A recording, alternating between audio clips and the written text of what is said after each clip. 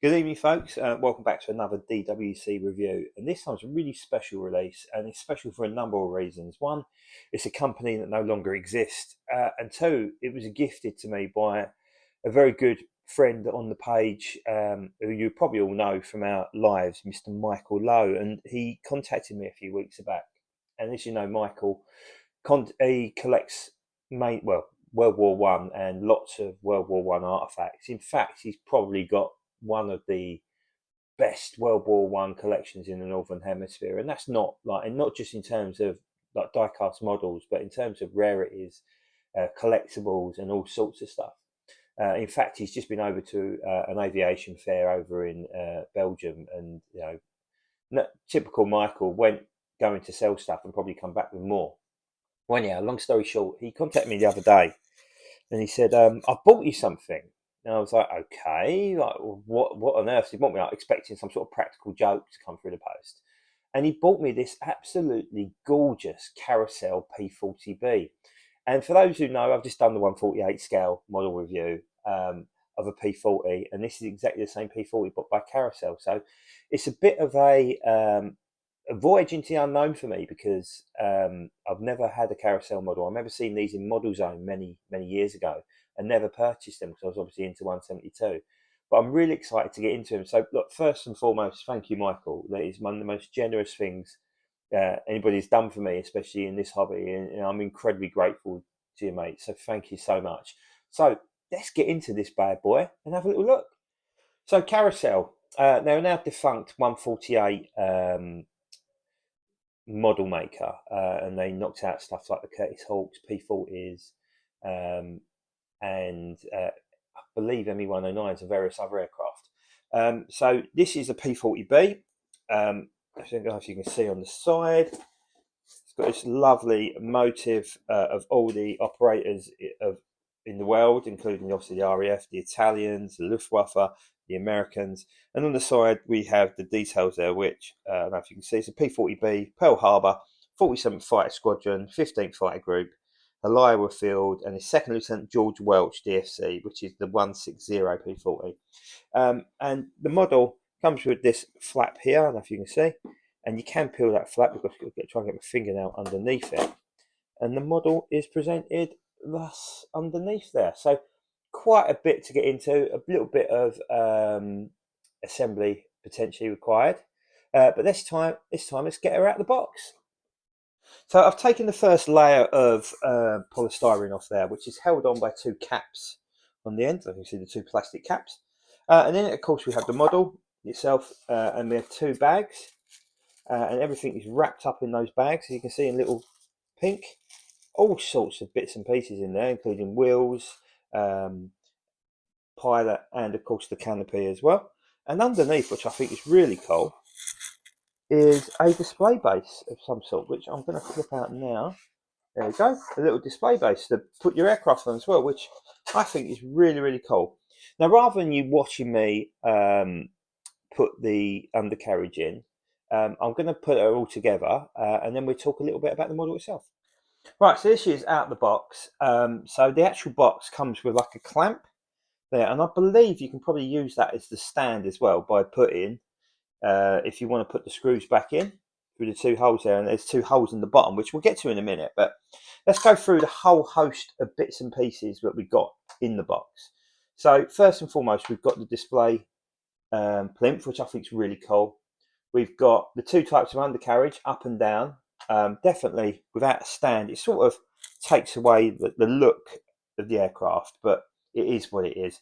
The main canopy was there, so it's one whole piece, unlike the Hobby Master, where you could have like a sliding bit because the front canopy is on.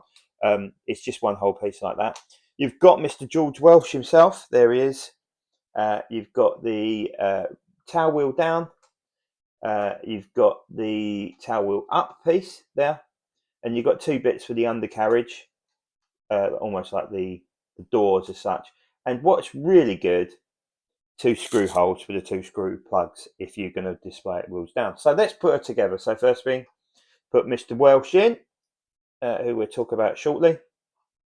We put our canopy on, like so. Nice and easy fit. And we're going to do our wheels down because that is the way to do it, of course. There she is underneath, nicely serialed. So let's put the rear tail wheel in. Bearing in mind, this is now 21 years old, this aircraft. So good shape, considering never out the box. Let's put the,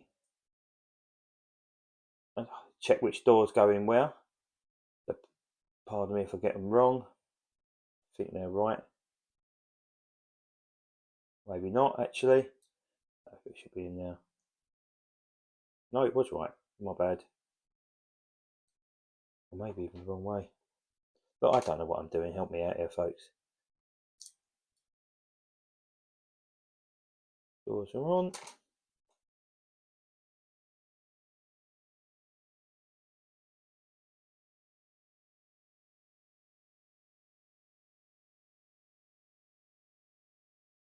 And of course, remember, this is 20 years old.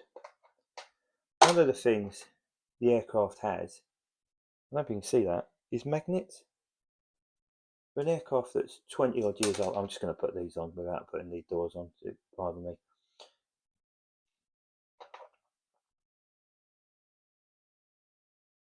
So they have magnets to hold them in. And of course, there's the two screw holes there, which I'll put on, which I know is a bit of a bugbear for me with Corgi, especially with the newer style aircraft. I just think having the screw holes just takes away very unsightly look to a nice looking aircraft. I'm not going to put them in because I've got to try and get them out then. So I'll leave that is. But look, there we go. So I put her down on the wheels, and we'll talk a little bit about her and the history of the pilot. So here she is down on the wheels. I'm sure you agree. Excellent looking model. Really, really nice looking model. I love the fact that you've got a green plinth as well with it. I think that looks really, really cool with it. So a little bit about George Welch. As you probably all aware, I've covered George Welch before, 172 and 148. Of course, he's one of the famous two who got airborne on that fateful day in December back in 1941 from Wheelerfield, Oahu in the Hawaiian Islands. And of course, his squadron mate Ken Taylor went out and partied until almost dawn. And then retired to the officers' quarters at Wheeler Field. Their P40s have been deployed to Haliwa Field, a grass strip on the north coast of Oahu, for gunnery training. And when they were awoken by the exploding bombs, of course, for those who've seen Pearl Harbour and those who've seen Tora Tora Tora, they rushed down to the airfield and come under enemy fire whilst in their car trying to get to it, and then got airborne. And in less than a minute, they encountered a group of Japanese dive bombers, and Welch shot down one before his P40 was hit by enemy fire. He then went back after, went after more, come back, refueled, went back up again, went back down, refueled, and went back up for a third time. And obviously, by the third time, the aircraft had departed Hawaii and headed back to the carrier group. By which time, Welch had 4 kills, and Taylor had 2. The first official US kills of World War II, obviously on the US side, not included people in the Battle of Britain and whatnot. And Welch actually went to serve through World War II. He managed to get all the way through and survive that, flying P-38s and P-39s out in the Pacific, and finished with 10 victories. Then after the war, top US General Hap Arnold called on Welch to resign his commission and become a test pilot for North American Aviation. He flew the XF-86 Sabre. He was then sent to Korea, and he taught the USAAF pilots how to use their Sabres more effectively against the MiG-15s.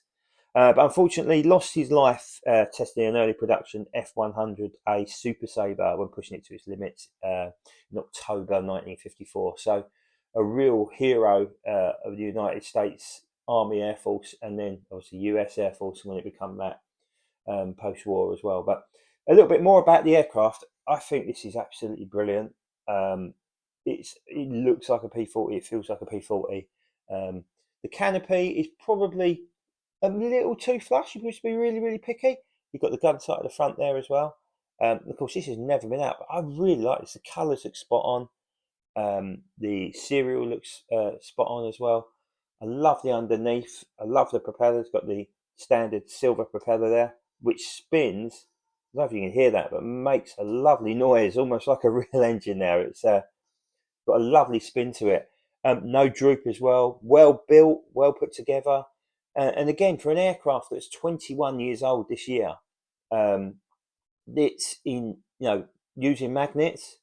Not many companies use magnets. I know obviously Hobbymaster, I think Century Wings did as well, use magnets, but brilliantly packaged, lovely little bit of history. So there is a one sheet thing there about the aircraft and the pilot, which I think is really cool. I'm really into that because I think it sort of makes that connection between model and aircraft. But massive thanks to Michael Lowe. Honestly, mate, thank you so much for doing this. You didn't have to do it, and out of the goodness of his heart, he just sent it all the way to me. And I said, I'll give you the money for it. No, wouldn't take it. What an absolutely top guy. It's just such a shame he supports Arsenal, ladies and gentlemen. But no, thank you, Michael. Really, really appreciate you doing that. I think the only real negative for me is the stand. That there, if you're going to display it wheels up, it just ain't going to show its clean lines. But look, there's nothing to say you can't get a Hobby Master stand and chuck it on that, or a Corgi 172 larger stand with the cradle would make it fit as well. If you want to see it in wheels up mode. But brilliant model, by a brilliant company, and their aircraft go for a pretty penny nowadays. So, they're really difficult to find. So I know Michael found this dirt cheap, but even still, it's a brilliant model to have within the collection and add to your Pearl Harbour themes. Right, hope you've enjoyed the video, folks. Don't forget Friday, I'll be doing the live with the boys from the Dutch diecast, of the Rene, and Chris from the Heavy Metal Diecast model reviews over on YouTube for a one-off for us. But I will share it on the other places such as Facebook and Instagram as well. Thank you for watching. Thank you for all the love you've been giving us. Please make sure if you haven't subscribed, hit that subscribe button today. Really appreciate all your support across all the channels. Have a great week.